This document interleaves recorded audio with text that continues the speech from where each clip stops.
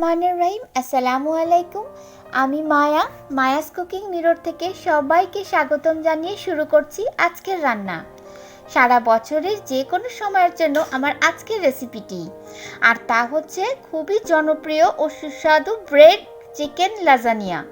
এখানে আমি আজ লাজানিয়া খুবই সাশ্রয়ী উপায়ে চিজ ছাড়া ব্রেড দিয়ে তৈরি করে দেখাবো। অত্যন্ত মজার এই রেসিপিটি থাকছে পরতে পরতে চিকেনের স্পেশাল কম্বিনেশন। আর গেস্ট আসলে গতানুগতিকের নুডলস বিস্কিট না দিয়ে এরকম একটি লাজানিয়া সার্ভ করে দেখুন, প্রশংসনীয় হবে আপনার আপ্যায়ন। চলুন তাহলে জনপ্রিয় এই রেসিপিটি আজ তৈরি করে আমরা দেখে নিই। লাজানিয়ার মেন ইনগ্রেডিয়েন্টস চিকেনটা প্রথমে তৈরি করে নিব। প্যানে তেল গরম করে দিয়ে দিচ্ছি আধা কাপ পরিমাণ পেঁয়াজ কুচি। পেঁয়াজটা মিডিয়াম আঁচে হালকা ভাজা ভাজা হওয়ার পর দিয়ে দিলাম গ্রেট করা গাজর।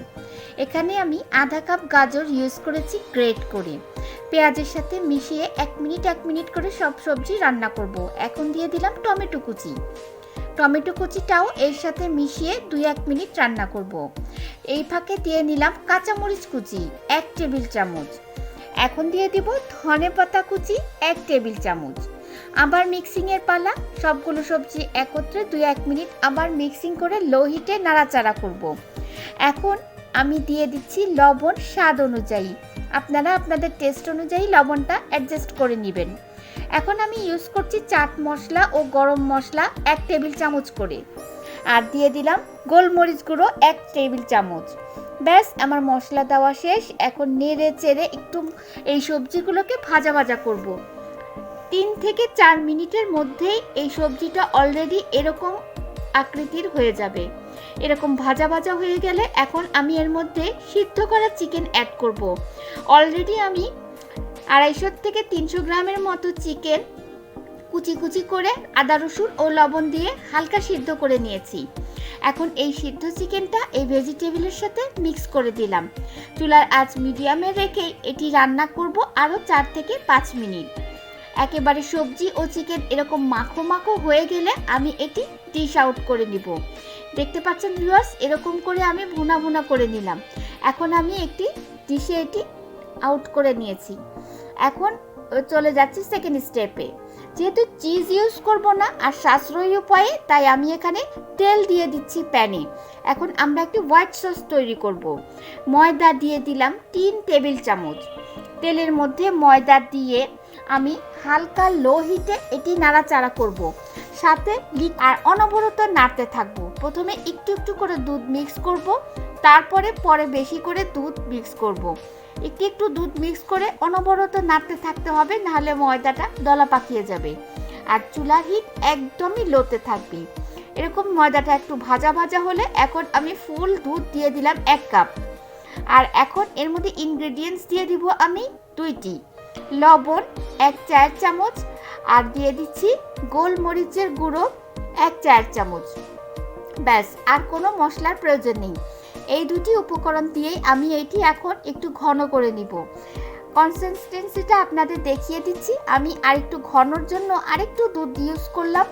এরকম ঠিক হলে আপনারা তখন এটি চুলা থেকে নামিয়ে নেবেন, কারণ নামানোর পর এটা আরেকটু গ্রেভি হয়ে যায়। এখন আমি একটি বাটিতে এই হোয়াইট সসটা ঢেলে রাখবো। খুবই সুস্বাদু এই সসটি আমি অনবরত এখন ইউজ করব।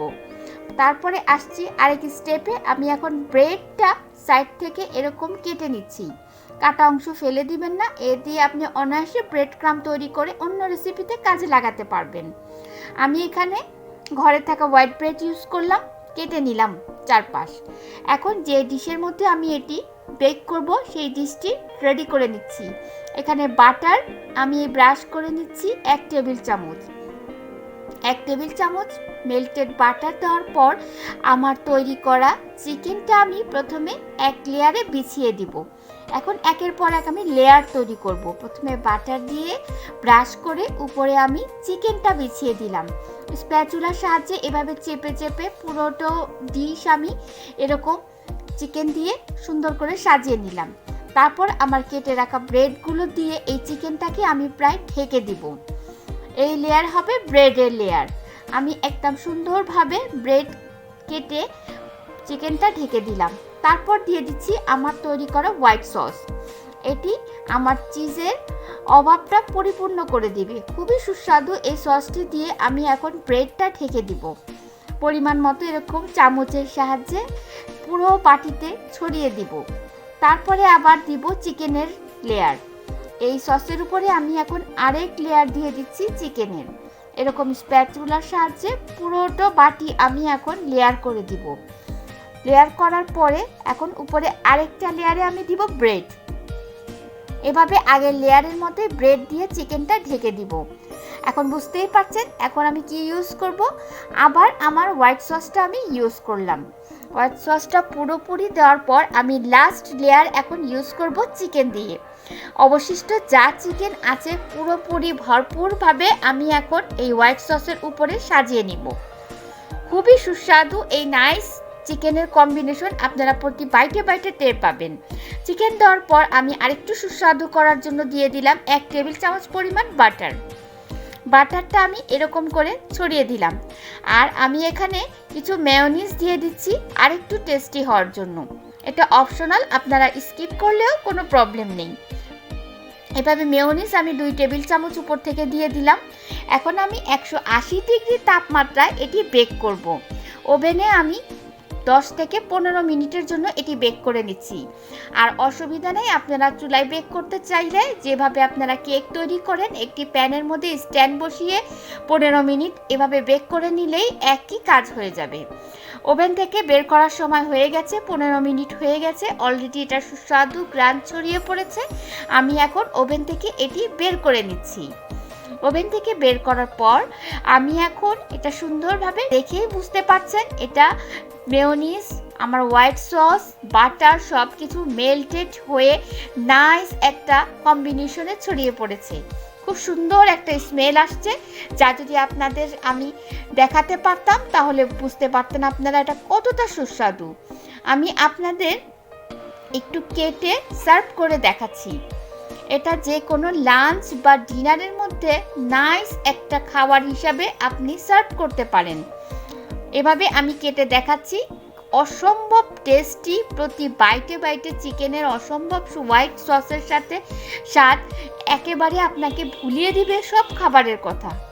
নাইস এই খাবারটি যদি আপনি ঈদের স্পেশাল রেসিপিতে অথবা রমজানের ইফতারের টেবিলে সার্ভ করতে পারেন তাহলে একটি অন্যতম হেলদি ফুড হিসেবে বিবেচিত হবে। গতানুগতিকের বাইরে চলুন না মাঝে মধ্যে মায়াস কুকিং মিররের আপ্যায়নে খেয়ে দেখি এরকম মজার মজার রান্না। যারা এতক্ষণ মূল্যবান সময় অপচয় করে আমার এই রেসিপিটি দেখেছেন তাদেরকে জানাই আমার অশেষ কৃতজ্ঞতা। সবাই অনেক অনেক ভালো থাকবেন। Thank you so much for watching my channel Maya's Cooking Mirror. আল্লাহ হাফেজ।